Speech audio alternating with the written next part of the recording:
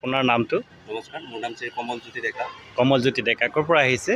মই মঙলদৈৰ পৰা, মই নগাঁৱৰ পৰা জাৰ্ণি ষ্টাৰ্ট কৰিছিলোঁ। হয় আৰু বৰাক ভেলি কমপ্লিট কৰি আজি এইখিনি পাইছিলোঁ। হয় তিনিচুকীয়া প্ৰায় কমপ্লিট হোৱাৰ দিশত আৰু মই শদিয়া পামগৈ। হয়, আপুনি এতিয়া শদিয়ালৈকে যাব।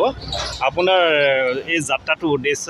মোৰ যাত্ৰাটোৰ উদ্দেশ্য হৈছে যান্ত্ৰিকতা পৃথিৱীৰ পৰা অলপ দূৰত গাঁৱলীয়া পৰিৱেশটো উপভোগ কৰা, যিটো সেউজীয়া পৰিৱেশ হয় হয় বৰ্তমান নাইকিয়া হৈ গৈছে টাউনবোৰত। হয় সেইবিলাকৰ পৰা দূৰত গাঁৱৰ শান্তিৰ পৰিৱেশটো চোৱা। হয় হয় হয়, ঠিক আছে।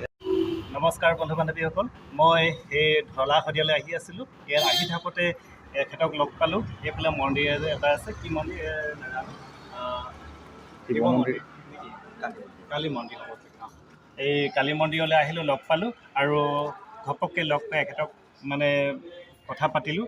এখেতৰ উদ্দেশ্যটো শুনি বহুতেই ভাল লাগিলে, সেইকাৰণে আপোনালোকলৈ শ্বেয়াৰ কৰিলোঁ। ধন্যবাদ।